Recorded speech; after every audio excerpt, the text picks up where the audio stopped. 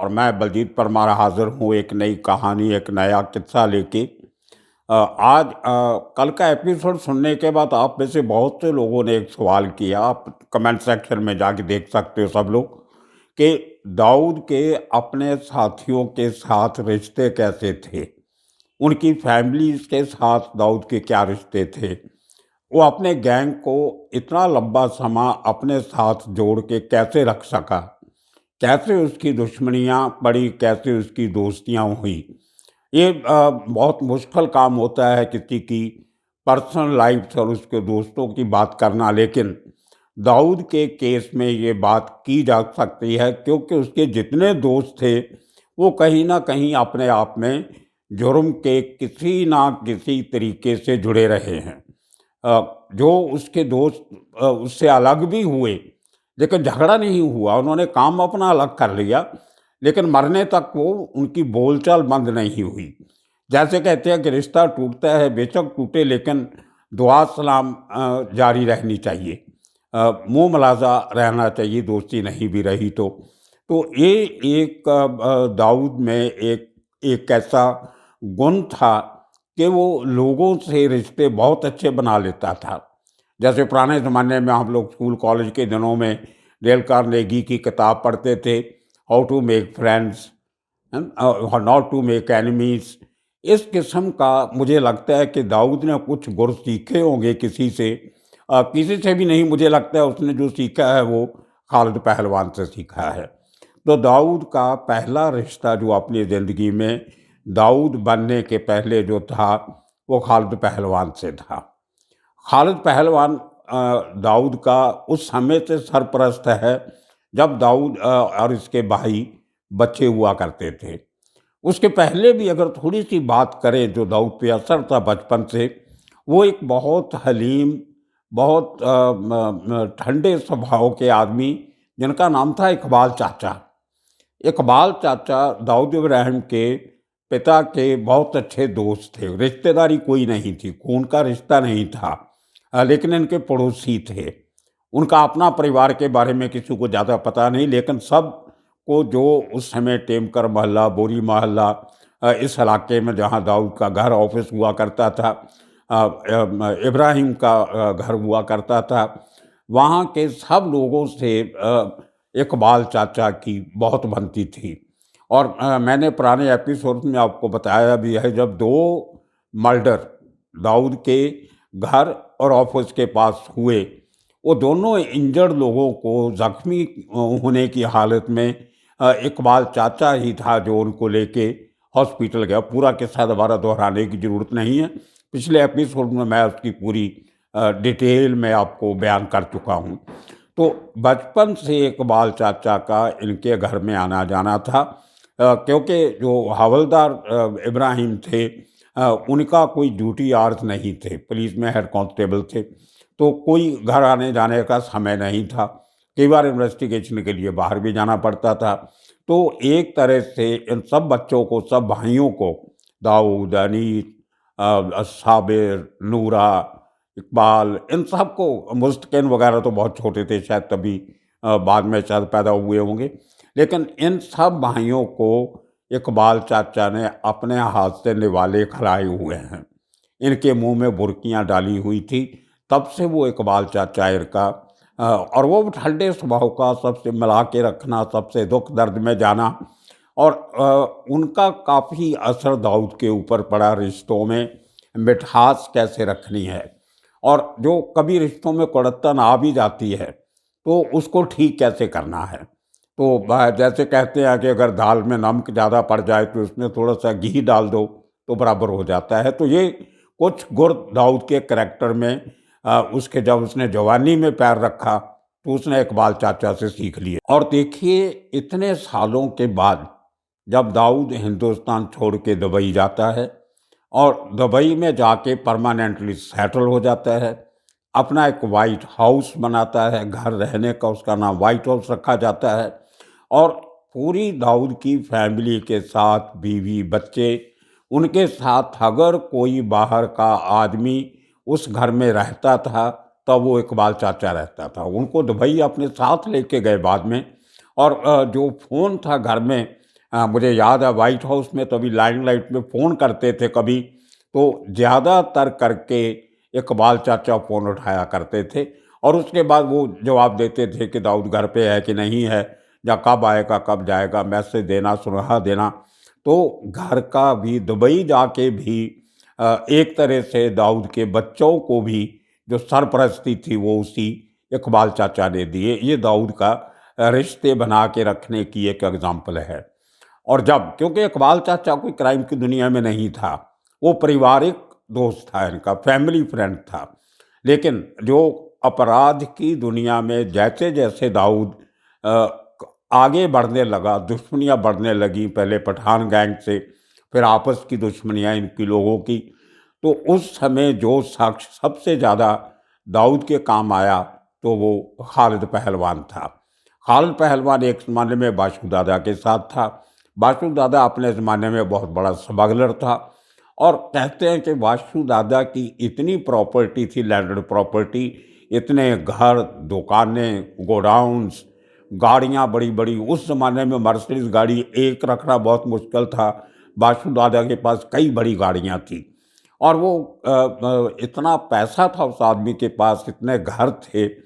मुझे तो आपको मैं शायद हैरानी होगी सुन के, मुझे भी हुई थी जब किसी ने बताया कि एक जो घर था दाऊद का, क्योंकि बाप पुलिस में था, सैलरी उस ज़माने बहुत कम होती थी, परिवार बड़ा था, 5-6 भाई, 1 बहन, घर का खर्चा वो सैलरी से चलता नहीं था।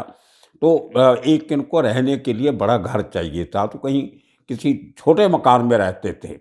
तो मुझे जिस शख्स ने जो बात बताई वो आज इस दुनिया में नहीं है, करीम लाला साहब और उनके दोस्त बहादुर खान उनके साथ रहा करते थे। तो बहादुर खान ने जो ज़िक्र किया एक दिन करीम लाला के उनके इंतकाल के बाद या उसके पहले की बात है, तो बहादुर खान ने किस्सा बताया कि बहुत साल पहले जब दाऊद इतना बड़ा नहीं था, कोई नाम नहीं था, कोई क्राइम का हिस्ट्री परिवार के साथ नहीं जुड़ी थी, तो एक बार किसी जगह पे करीम लाला, हाजी मस्तान, बाशु दादा, इस किस्म के बुज़ुर्ग लोग बैठे थे और वहाँ पे बैठे-बैठे कुछ बात से जो अ, करीम लाला के एक बाद में जो रिश्तेदार बने वो भी पुलिस में थे और वो उनके रिश्तेदारी बनी दाऊद के साथ भी और करीम लाला के साथ भी। वो भी पुलिस में थे और इब्राहिम के दाऊद के पिता के अच्छे दोस्त थे, करीम लाला के रिश्तेदार भी थे। तो उन्होंने कहीं उस मीटिंग में बोला कि बाशु दादा को मखौल से बोला कि बाशु दादा आपके पास इतने घर खाली पड़े हैं, ये देखो हमारा इब्राहिम भाई है, हमारा दोस्त है, इसके पास बड़ा घर नहीं है, चलो ये घर इसको दे दो ना। मखौल-मखौल में ऐसे वो बातचीत चलती रही। तो मुझे पता नहीं इस बात में कितनी सच्चाई है, लेकिन अगर बात बाहर निकली है तो कुछ ना कुछ तो होगा। बिना आग के धुआँ तो निकलता नहीं है। तो वो बात किसी ने थोड़ा गौड़ी नहीं। थोड़ी देर के बाद कहते हैं करीम लाला ने बाशु दादा के कान में कुछ कहा और उसके बाद बाशु दादा ने अपने एक आदमी को कहा कि फलां जगह पे जाओ, उस घर की चाबी लेके आओ। तो एक खाली घर जो पड़ा था उसकी चाबी मंगवाई गई और वो उस जो इब्राहिम का जो दोस्त था, इब्राहिम भाई का, वो जो पुलिस में था करीम लाला का रिश्तेदार, मैं उसका नाम भूल रहा हूँ, उसको दी गई चाबी कि तुम ये चाबी दाऊद के पिता को दे देना और जब वो चाहे उस घर में जाके रह सकते हैं। तो ये उस ज़माने में आपस के रिश्ते हुआ करते थे लोगों के। लेकिन वो बात कभी दाऊद भूला नहीं था, उसके परिवार वाले नहीं। मरने तक बाशु दादा के साथ उनके अच्छे रिलेशन रहे। लेकिन जब धंधा शुरू हुआ, बिज़नेस शुरू हुआ और उस समय पे जो खालिद पहलवान था, वो बाशु दादा का राइट हैंड मैन हुआ करता था। दाऊद तो छोटा था लेकिन खालिद पहलवान सोने की, डायमंड्स की और कपड़े की स्मगलिंग में काफ़ी अपना काम कर रहा था बाशु दादा के साथ मिल के और वही काम उसने जारी भी रखा। लेकिन किसी बात से उनका तफ़रक़ात पैदा हुए, डिफरेंसेस आए और ये करते-करते खालिद पहलवान ने बाशु दादा का साथ छोड़ के दाऊद के साथ दाऊद के गैंग के साथ दोस्ती कर ली। और दोस्ती तो पहले भी थी लेकिन मिल के काम करना शुरू कर दिया। तो उससे लेके उस समय से दाऊद के रिश्ते जो हैं, जब उसने जवानी में पैर रखा ही था, मारामारियाँ शुरू हुई थी। आलमज़ेब, अमीरज़ादा, इन लोगों के साथ, पठान गैंग के साथ उसकी लड़ाई होनी शुरू हुई। चाकू चलने लगे, तलवारें चलने लगी और उन्हीं दिनों में खालिद पहलवान ने एक बार नहीं कई बार दाऊद को उसके दुश्मनों से बचाया। और एक बार तो जब इन सब लोगों ने मिलके, पठान गैंग के लोगों ने अंधाधुंध गोलियां दाऊद के ऊपर चलाने की कोशिश की नागपाड़ा में, तो उसमें भी खालिद पहलवान ने सामने आके एक गोली भी खाई और दाऊद को वहाँ से भगाया भी। उसी तरह जब सामिद खान और दूसरे लोगों ने शबीर के मर्डर के बाद दाऊद के घर पे जाके गोलियां चलाई, वो भी मैंने एक पूरा एपिसोड बनाया है कि 200 से ज़्यादा गोलियां चली ऑटोमेटिक वेपन से। तो उसको उस समय भी जो शख्स जिसने गोलियों का जवाब दिया, वो शख्स भी खालिद पहलवान था। और देखिए उसके बाद इनका एक सरपरस्ती, दाऊद के सर पे हाथ रखा खालिद पहलवान ने। और वो दोस्ती इनकी पूरी उम्र तक, जब तक साथ में रहते रहे, वो रही। और उसके पहले उसके बाद इस स्मगलिंग के चक्कर में करते करते खालिद पहलवान पहले दुबई पहुंच गया, वहाँ से अपना काम करने लगा। उसने अपना बंगला बनाया, घर बनाया। मैंने वो बंगला भी देखा हुआ है, लेकिन खालिद पहलवान घर पे नहीं थी जब मैं मिलने गया अपने दोस्तों के साथ। बहुत साल पुरानी बात है, 89-90 की कहीं बात होगी। तो मुलाकात नहीं हुई। तो मैं तो 2-3 दिन रहता तो मैं वापस आना होता था, ऑफिस से छुट्टी लेके जाता था। मेरे पास रुकने का समय नहीं था, तो मैं वापस आ गया। खैर, तो खालिद पहलवान के साथ दाऊद का वो रिश्ता इतने सालों तक निभता रहा। उसमें फ़र्क आया थोड़ा-सा, मैं बताऊँगा आपको कैसे। दुबई में इतने साल रहने के बाद जब दाऊद का गैंग का एक्सपेंशन होता है, दाऊद के साथ इकबाल मिर्ची की दोस्ती होती है, काम में साथी बनते हैं। उसी तरह अन्ना जो शेट्टी के साथ उसकी दोस्ती होती है। शेट्टी ने होटल बनाए, इकबाल मिर्ची ने वहाँ पे होटल 4 स्टार 3 स्टार होटल बनाए और शरद शेट्टी ने 5 स्टार होटल बना लिए, क्लब बना लिया, 4-5 बंगले ले लिए लोगों को एंटरटेन करने के लिए। तो वो जब दोस्त साथ में रोज़ मिलना, उठना बैठना, उसमें कहीं न कहीं जब आप रोज़ मिलते हो तो वो जो एक आँख की शर्म होती है, जो बड़े छोटे का लिहाज़ होता है, वो थोड़ा कम होने लग जाता है। तो एक स्टेज ऐसी आई जब शरद शेट्टी ने कहीं प्यार से कहो या उनको आदत हो गई थी, उसने खालिद पहलवान को खालिद साहब या खालिद भाई या खालिद जी या बड़े भाई की जगह पे सिर्फ खालिद कह के 2-3 बार बुलाया। किसी एक पार्टी चल रही थी, कोई मीटिंग थी। वो बात खालिद पहलवान के दिल में लगी। उसने दाऊद को बोला भी कि भाई देखो, मैं आपसे उम्र में बहुत बड़ा हूँ, सब लोगों से आप सब मेरे बच्चों की तरह हो। मैं अभी आगे से आप लोगों के साथ मिलना बैठना नहीं चाहूँगा। हमारी दोस्ती है, रिश्ता है, वो बना रहेगा, लेकिन मैं इस किस्म की महफ़िलों में नहीं रहूँगा। और जो दाऊद के साथी थे, इसके भाई भी इंक्लूडिंग, वो जो मौज मेला करने का इनका तरीका, महफ़िलें लगानी, मुजरा लगाना, ये करना, वो करना, उन सब चीज़ों से खालिद पहलवान बहुत दूर था। और इसलिए उसने दाऊद से नहीं, उसके दोस्तों से और उसके भाइयों से थोड़ी-सी दूरी बना ली। इनके साथ उठना बैठना बंद किया, लेकिन दाऊद को अक्सर मिलने आया करता था ऑफिस में। मेरी जो उसके बाद में, उस मीटिंग के बाद जो मैं घर मिलने गया था, उसके बाद जो खालिद पहलवान से मीटिंग हुई, वो दाऊद इब्राहिम के ऑफिस में हुई। जब हम हाजी अशरफ साहब को, जिनका मैंने एपिसोड सुनाया था, जो बहुत बड़े सोने के व्यापारी थे वहाँ के, हाजी मोहम्मद अशरफ, उनके ऑफिस में जब मैं उनको मिलने गया था, तो दाऊद और खालिद पहलवान, तो खालिद पहलवान को दाऊद ने साथ में लिया था कि साथ में चलते हैं। खालिद पहलवान की हाजी साहब से बहुत अच्छी दोस्ती थी, हम उम्र भी थे, एक जैसी उम्र थी उनकी। खैर, वो किस्सा मैं आपको पहले सुना चुका हूँ। बहुत, वो मेरा ख्याल 2-2.5 लाख के ज़्यादा लोग उसको अब तक देख भी चुके हैं, उस एपिसोड को, हाजी मोहम्मद अशरफ वाले को। खैर, तो ये एक रिश्तों को बना के रखना करना दाऊद की करैक्टर का एक हिस्सा था। और उसके बाद एंट्री होती है छोटा राजन की।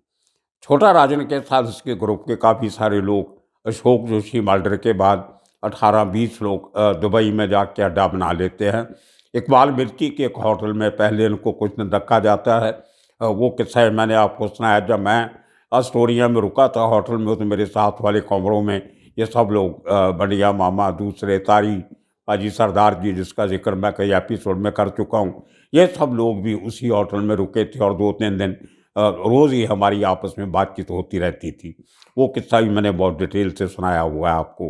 तो छोटा राजन के साथ जब दाऊद का साथ होता है तो कुछ बड़े-बड़े कांड होने शुरू होते हैं। उनमें सबसे ज़्यादा जो बेनिफिट था वो दाऊद को हुआ, क्योंकि जितने दुश्मनों को दाऊद ने छोटा राजन के लोगों से मरवाया, उससे नाम तो दाऊद का हुआ, साथ में साथ छोटा राजन का नाम तो हुआ, लेकिन नुकसान बहुत हुआ। उस रिप्राइज़ल में छोटा राजन ने दाऊद के साथ अपनी दोस्ती निभाने के लिए अपने बहुत सारे दोस्तों की, अपने बंदों की बलि भी साथ में दे दी। जहाँ छोटा राजन ने कोई 250 के करीब लोगों को मरवाया, मर्डर हुए गैंग वार में, एक कई बार 3-3 4-4 लोग मारे गए। और जहाँ उसके दुश्मनों ने जो लोगों को मारा, मतलब अगर छोटा राजन ने समझो 200 लोग मरवाए हैं, तो तकरीबन 150 आदमी छोटा राजन के भी मारे गए। तो कहीं न कहीं अल्टीमेटली नुकसान हुआ तो छोटा राजन को हुआ। दाऊद ने बड़े तरीके से एक कारपोरेट के तरीके से आउटसोर्सिंग करके छोटा राजन से काम तो करवाए, लेकिन जो नुकसान छोटा राजन का हुआ उसकी भरपाई कभी नहीं हो सकी। और छोटा राजन के साथ में रहते हुए जो दाऊद के पुराने लोग थे, उनमें नाराज़गियाँ, थोड़ी दूरियाँ बढ़ने लगी। उसी चक्कर में सबसे पहले इकबाल मिर्ची दाऊद से किनारा करके लंदन जाके हेडक्वार्टर में बैठ गया। शरद शेट्टी साथ में रहा, लेकिन छोटा राजन के साथ वो भी दूरी रखता था। और अनीस के साथ कितनी बार लड़ाई झगड़ा हुआ। और उसके बाद जब छोटा वकील की एंट्री दाऊद कैंप में होती है, तो छोटा राजन नाराज़ रहने लगा। तो ये, लेकिन दाऊद सबको संभालता रहा जब तक ये माहौल ठीक था, जिसको मैं कहता हूँ। 93 के ब्लास्ट के बाद वो माहौल चेंज हुआ। अब देखिए 1989 में छोटा राजन की शादी होती है। वो शादी का पूरा बंदोबस्त एक बड़े भाई की तरह दाऊद इब्राहिम करता है। अपने घर में मेहमानों को भी रखता है, घर घर में बुलाया मेहमानों को, होटल में जो सब हुआ, और उसके बाद साथ में खड़े रह के सब रस्में पूरी की। मैंने वो भी आपको किस्सा बताया था कि जब छोटा राजन की शादी के बाद ये अफवाह उड़ी कि उसने धर्म तब्दील करके हिंदू से मुसलमान बन के शादी की है, तो उस बात की कंफर्मेशन मैंने जब दाऊद से करने की बात करी, तो दाऊद ने मुझे दूसरे दिन वो अब छोटा राजन की शादी की तस्वीरें भेजी, जो आज आप सोशल मीडिया पे देख रहे हो। ये तस्वीरें सबसे पहले मैंने अपने अखबार डेली में छापी थी। वो भी मैंने आपको किस्सा सुनाया था। और वो फ़ोटोग्राफ्स बहुत खूबसूरत हैं, मेरे पास कुछ फ़ोटोग्राफ्स हैं, मैं आपको इस वीडियो के साथ मैं दिखाऊँगा आपको। दाऊद और छोटा राजन साथ में खड़े हैं सूट पहन के, 3 पीस सूट, और उसके साथ दाऊद की वाइफ़ और छोटा राजन की वाइफ़ है। और इसके साथ-साथ दाऊद के रिश्ते जो इन सब भाइयों की बीवियों से, पत्नियों से थे, वो रिश्ते भी मैं आपको बताना चाहूँगा। सबसे पहले इनमें से जो दाऊद का ख़ास आदमी हुआ करता था, अबू सलेम। अबू सलेम की पहली वाइफ़ जो थी, बीवी, जो अमेरिका में आजकल रहती है, सुमैरा। तो सुमैरा के साथ जब दुबई में रहती थी अबू सलेम के साथ, तो एक बार दाऊद के भाइयों ने घर पे उसके गए और अबू सलेम को मारने के इरादे से गए थे, मारपीट करने से, जान से मारने से नहीं, कोई उनका झगड़ा वगड़ा था, लेकिन अबू सलेम घर पे नहीं था। तो उन लोगों ने कुछ बदतमीज़ी की सुमैरा के साथ, ऊँचा नीचा बोल के, कोई गालियाँ बिलियाँ दे के आए। तो सुमैरा बहुत गुस्से में दाऊद को फ़ोन किया कि ऐसे आपके भाई और आपके लोगों ने आके मेरी बेइज्जती की है। दाऊद सुमैरा के घर पे गया, उससे माफ़ी मांगी और अपने लोगों को अच्छा सबक दिया। उसके साथ-साथ जो शारदा अन्ना की जो वाइफ़ थी, वो दाऊद इब्राहिम को राखी बाँधती थी, राखी सिस्टर बनी हुई थी। और तीसरा छोटा राजन की वाइफ़ सुजाता निखलजे, 1989 में शादी होने के बाद 1990 में जो पहला रक्षाबंधन का त्यौहार आया, तो वो छोटा राजन के साथ दाऊद के बगले व्हाइट हाउस पे जाती है। वो तिलक का पूरा सामान लेके, थाली लेके, दिया जला के और बर्फ़ी मुँह मीठा करवाने के लिए और राखी लेके। वो पिक्चर भी, तस्वीर भी मैं आपको आज इस वीडियो में दिखाऊँगा, जहाँ राखी बाँधने के बाद दाऊद के साथ सुजाता बैठी है। सुजाता के साथ दाऊद की बीवी है और उनके साथ एक छोटी-सी बच्ची आपको दिखाई देगी। वो दाऊद की बेटी है जिसकी शादी बाद में जावेद मियांदाद के बेटे के साथ होती है। तो वो पिक्चर बहुत सालों से सोशल मीडिया पे है, लेकिन कभी किसी ने उसको गौर से नहीं देखा। आप अभी भी इस वीडियो में आप देखो, बड़े ध्यान से देखना, मैं उसको थोड़ा लंबे अरसे के लिए आपको दिखाऊँगा। दाऊद के दाएँ हाथ में राखी बाँधी हुई है और दाऊद के माथे पे तिलक लगा हुआ है। देखिए, नॉर्मली मुस्लिम लोग तिलक नहीं लगाते हैं, लेकिन दाऊद ने वो कॉम्प्रोमाइज़ भी किया छोटा राजन की बीवी के साथ कि उसको अपने माथे पे तिलक लगाने दिया और वो राखी बंधवाई हाथ पे, उसको बहन कहा और उसने दाऊद को अपना भाई माना। तो ये एक रिश्तों की कड़ी होती है, जो आप भले अंडरवर्ल्ड में काम करते हो, खून खराबा आपकी रोज़ की ज़िंदगी होती है, लेकिन उसके साथ-साथ रिश्ते भी चलते हैं। इसी तरह जब करीमलाला गैंग के साथ दाऊद का समझौता होता है, तो दाऊद जो समद खान के भाई थे, जो समझौते में मक्का गए थे, वहाँ पे उनकी उम्र पूछी गई, आपकी एज कितनी है? उनमें से दोनों भाइयों की एज उम्र दाऊद से कम निकली। तो वहाँ फैसला हुआ कि दाऊद बड़ा भाई होगा आगे से, क्योंकि तुम्हारी उम्र में छोटे हो तो तुम छोटे भाई गिने जाओगे। तो रिश्ता बना। उसके साथ दाऊद ने एक ऑफ़र की थी पूरे मुंबई में अपने दुश्मनों से और अपने दोस्तों से, सबसे जिनसे पुरानी झगड़े चलते थे, दुश्मनी चलती थी, कि कोई भी शख्स जो मेरे से नाराज़ है, वो दुबई में आके मुझे मिल सकता है और हम पुरानी नाराज़गियाँ दूर करके आगे से नहीं लड़ने की, खून खराबा करने की कसम खाएँगे।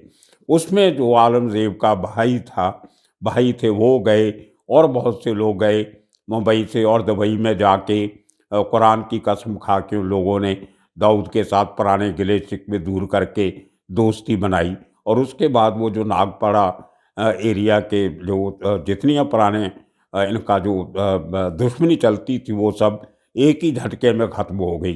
तो ये अंडरवर्ल्ड में रिश्तों की कहानी मैं आपको सुनानी चाहता था। आगे आगे और भी बहुत ऐसे किस्से हैं जो अंदर की बातें, जिनको ग्रेप वाइन कहते हैं।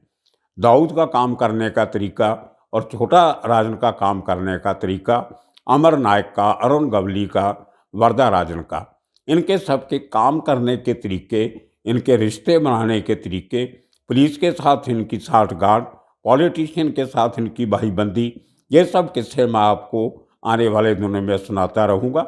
आप इंतज़ार कीजिए। तब तक आज तक के लिए इतना ही काफ़ी। आप सबका शुक्रिया। धन्यवाद।